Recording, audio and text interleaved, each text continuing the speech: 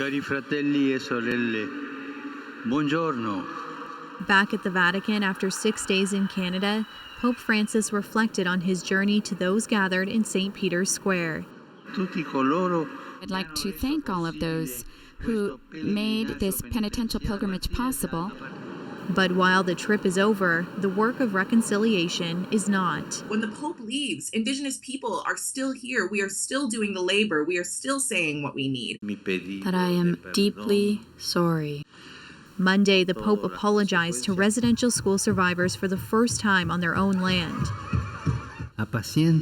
3 days later, he acknowledged the sexual abuse of minors and vulnerable people.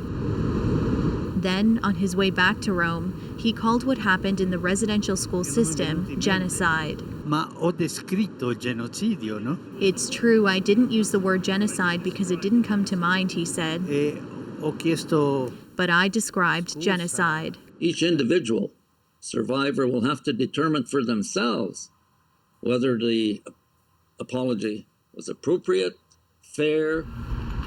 What Pope Francis did not do was rescind the Doctrine of Discovery, historically used to justify colonization. Continuing to, not return lands, to not return stolen artifacts or resources, to not rescind the Doctrine of Discovery. All those things continue to uphold the structure that lead us to this ongoing genocide. Just the killing and murder and racism that Indigenous people have experienced for over 5 centuries is rooted in the Catholic Church's papal bulls of the Doctrine of Discovery. The Canadian Conference of Catholic Bishops says it's working with the Vatican to make a statement on that soon. The apology was one point in this process. It's not the end. Now we begin. The Vatican said the Pope will be speaking at length about his Canadian tour during Wednesday's general audience, which is a weekly address held at the Vatican. Talia Ricci, CBC News, Toronto. So a sense there of some of the conversations happening here with the Pope gone. But what can we expect now from Pope Francis and the Church? David Perlich is CBC's Vatican analyst. David, let's start with what Francis said on the way home, his use of the word genocide. What does that signal?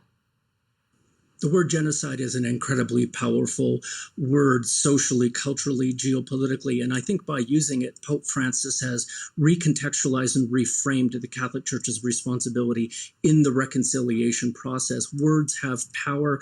This Pope is a Pope of words, and the world's press picked up on what he had to say. Al Jazeera, AP, Reuters, Le Monde in France, amplifying the Canadian context around the world. But I think it's also very fair to say that the Pope's words will have meaning and resonance to peoples around the world who also themselves suffered under colonialism. Well, we know he plans to speak about his Canadian trip on Wednesday. What do you think the next steps are for the Vatican?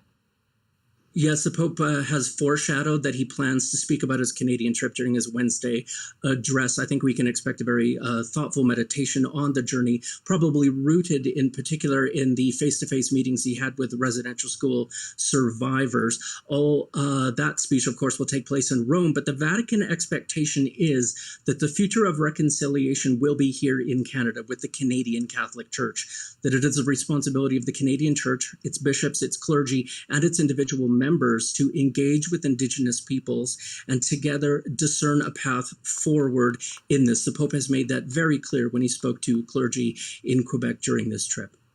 CBC's Vatican analyst David Perlich, thank you.